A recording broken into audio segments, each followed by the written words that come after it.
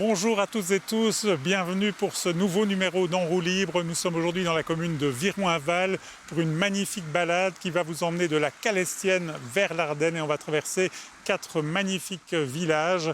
Mais avant toute chose, place à nos conseils techniques avec notre partenaire ProVélo. Bonjour, aujourd'hui on se retrouve pour vous donner 2-3 conseils sur comment nettoyer son vélo. Tout d'abord, évitez tout ce qui est nettoyage à haute pression. Ça va éliminer la graisse dans vos roulements et votre vélo ne va vraiment pas apprécier ça. Il vous suffit tout simplement d'avoir 2-3 éléments. C'est une éponge, d'avoir une loque, d'avoir du nettoyant pour tableau de bord voiture et de l'eau savonneuse. Commencez tout d'abord par éliminer le plus gros de la saleté avec l'éponge et l'eau savonneuse. Évitez évidemment de passer sur les bandes de freinage avec l'eau savonneuse, sinon votre vélo ne freinera plus correctement après. Et ensuite, finissez le vélo avec le nettoyant pour tableau de bord. Ça va le rendre brillant et ça va faire une couche protectrice sur votre vélo pour éviter que la saleté s'y accroche. Et avant de se lancer sur les routes de Viroinval à vélo, un petit détour s'impose ici à Nîmes par le parc communal. Steve Marraine nous y accueille, un lieu magnifique ouvert à tous et toutes. Oui, voilà, comme vous pouvez voir, ici on est dans le cœur de Nîmes, dans le parc communal qui s'appelle les Jardins d'eau de Nîmes et qui se trouve juste derrière le château, donc tout près du centre, comme j'avais dit. Et ici dans le parc, il y a plein de choses que le parc offre aux visiteurs et qu'on peut passer une heure, une demi-journée, même une journée complète pour découvrir tout ce que le beau parc a à offrir en fait. Donc ici dans le parc même, il y a plein de possibilités de faire des activités. On a des jeux d'eau pour les enfants, pour les petits et les grands. On a aussi une toute nouvelle plaine de jeux qui vient de s'installer. Mais pour les gens qui aiment bien la culture, on a également les actions sculptures. Donc on peut visiter librement ici dans le parc. Voilà, en vous écoutant, on n'a plus envie de repartir à vélo, on a envie de faire le tour du parc et de rester dans le parc. Alors il y a aussi une activité assez originale, c'est la possibilité de découvrir le parc sur l'eau avec des barques avec une roue à aube. C'est quelque chose de nouveau, unique en Belgique et c'était une idée de notre bourgmestre qui était en vacances en France et lui il avait vu ça. C'est en fait des barques qui se sont inventées à la base par Leonardo da Vinci. Et donc, du coup, grâce au service travaux ici de la commune, eux, ils ont transformé déjà 3 barques à aube. Et on a encore 2 autres qui vont arriver. Et donc là, c'est vraiment une autre manière et très unique pour découvrir le parc. Un prix très modique. Hein, oui, très raisonnable. Donc en fait, le prix ici, on demande 15 € pour une demi-heure. Mais ça, c'est le prix par barque. Donc le maximum, c'est 5 personnes par barque.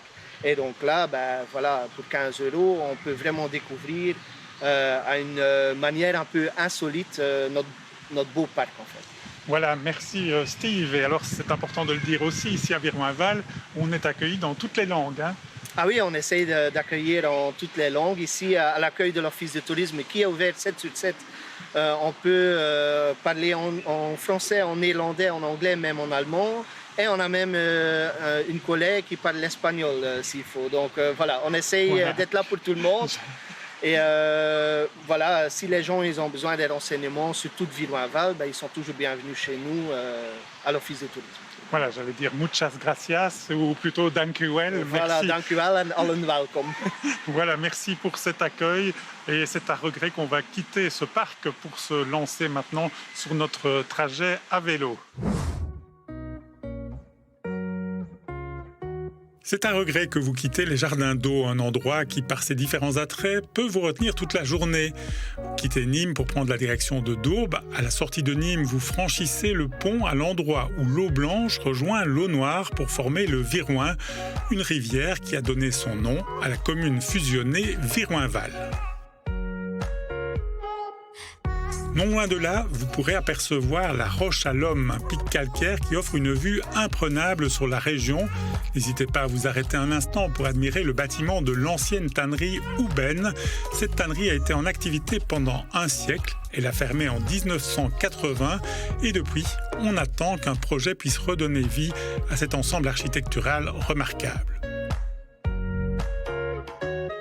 Vous prenez ensuite la direction du village de Dourbe. N'hésitez pas à faire le détour par les ruelles de ce village qui vous conduiront vers l'église Saint-Servais. Vous apprécierez la douceur et la beauté de ce village au pied des ruines de l'énigmatique château de Haute-Roche, un village qui sait vous révéler quelques-uns de ses trésors. Vous reprendrez ensuite la direction de Aulnois-sur-Viroin avec une petite ascension au menu, mais surtout un magnifique balisage qui permet de relier le Ravel de la ligne 156 entre Astières et Mariembourg à la voie verte qui longe la Meuse française, une liaison qui offre de belles perspectives aux cyclotouristes au long cours. Vos efforts seront récompensés par des vues magnifiques typiques de la Calestienne, un paysage qui vous laissera sans voix. Vous plongez ensuite de nouveau vers le Viroin qui baigne le village d'Aulnois, un village très télégénique qui a servi de décor à de nombreux films. Il est traversé par le chemin de fer à vapeur des Trois-Vallées dont les locomotives redonnent un panache de fumée qui vous fait remonter le temps. La gare aujourd'hui est transformée en centre d'interprétation des contes et légendes. On vous y propose notamment un escape game en plein air, comme nous l'explique la maîtresse du jeu.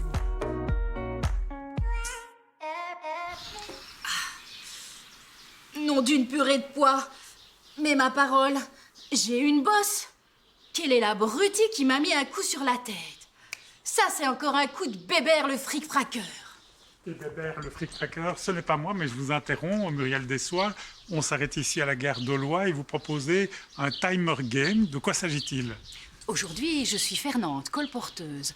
Un timer game, c'est sur le principe de l'escape game, un jeu d'extérieur non plus cette fois-ci. Vous devez essayer de retrouver mes petits bouquins un peu coquins dans mon bric-à-brac. Voilà, vous me donnez envie de les chercher, ces bouquins coquins. C'est une activité que vous avez dû adapter aussi pour l'extérieur, parce que ce n'est pas évident pour le moment d'accueillir les visiteurs à l'intérieur du bâtiment. Nous l'avions déjà conçue comme ça l'année passée, et donc nous la proposons évidemment parce que c'est un plus, puisqu'on ne sait pas ouvrir le légendaire normalement pour l'instant. Et on passe combien de temps pour essayer de percer ces énigmes ? Si vous êtes doué, moins d'une heure, mais généralement, il faut compter une heure. Voilà, mais moi je vais compter un peu plus d'une heure. Merci en tout cas pour cette proposition d'activité. Et puis on va reprendre la route maintenant en direction du hameau de Reniessart. Après vous être échappé de la gare, vous resterez sur les rails qui ont fait place à un des plus anciens ravels de Wallonie, entre Aulnois et Wagny. La ligne vicinale, exploitée de 1911 à 1960, permettait d'acheminer le bois et les ardoises extraites à Wagny. Elle permettait aussi aux habitants de bénéficier d'un bel outil de mobilité à une époque où les automobiles étaient rares. Le Ravel vous permet de quitter la vallée du Viroin pour rejoindre l'Ardenne avec au menu un beau dénivelé de 200 mètres en 8 km, ce qui pour un Ravel peut être qualifié d'ascension. Avec un peu d'imagination, vous entendrez peut-être le bruit du tram à vapeur qui ne devait à l'époque être guère plus rapide que vous à vélo. Au terme de 8 km, vous tournez à droite vers le hameau de Reniessart, un hameau un peu perdu dans une clairière loin des sentiers battus. L'ancien lavoir vous indique que vous entrez dans le village qui ne compte qu'une seule rue, la rue du Fir. Et c'est dans cette rue que nous attend Alexandra Monette. Ce serait dommage de passer à côté de l'ancien four à pain qui a été reconstruit en face de chez elle.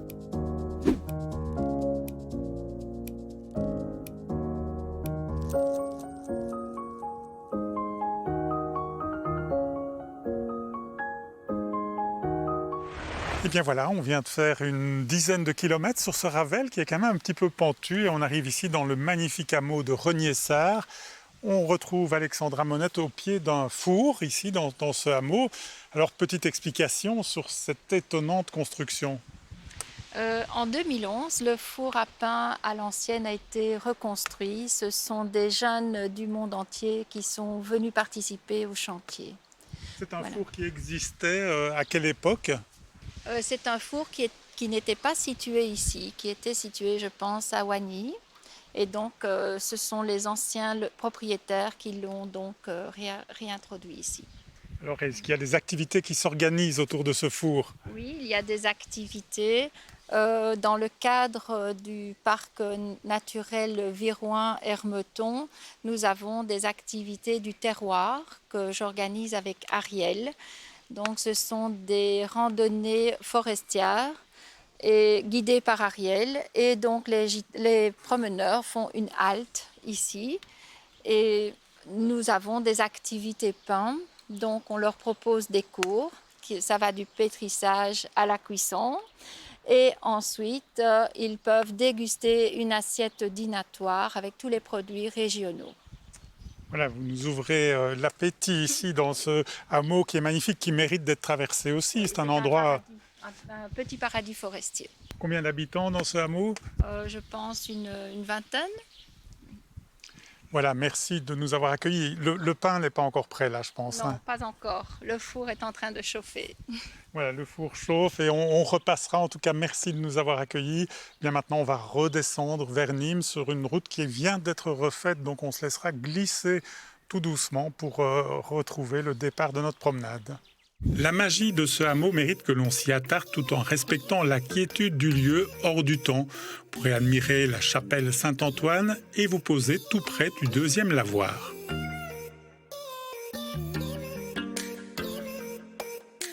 En repartant vers Nîmes, deux lieux de mémoire méritent un petit arrêt. Il s'agit de l'endroit où s'est écrasé au mois d'avril 1943 un bombardier britannique piloté par un équipage néo-zélandais. Les 7 membres de l'équipage y laisseront la vie. Un peu plus loin, une stèle rappelle aussi l'intense activité de la résistance dans cette région. Plusieurs faits d'armes s'y sont déroulés. Ce sont les souvenirs de ces héros que vous emporterez avec vous tout au long de la magnifique descente qui vous ramène vers Nîmes par une route qui est aujourd'hui un véritable billard. Vérifiez bien vos freins. De retour à Nîmes, vous pouvez également faire un petit détour par le Fonderie des Chiens, un site géologique exceptionnel, un gouffre naturel situé sur les hauteurs de Nîmes, formé depuis des milliers d'années par l'érosion pluviale dans un sol très calcaire, un site qui renferme une faune exceptionnelle.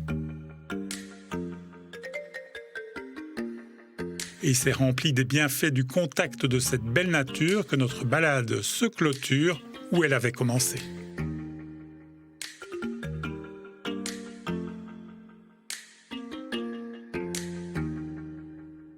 Et c'est dans le parc communal que se termine notre balade, là où elle avait démarré. N'hésitez pas à rejoindre cette commune de Viroinval. Elle a plus d'un trésor à vous faire partager.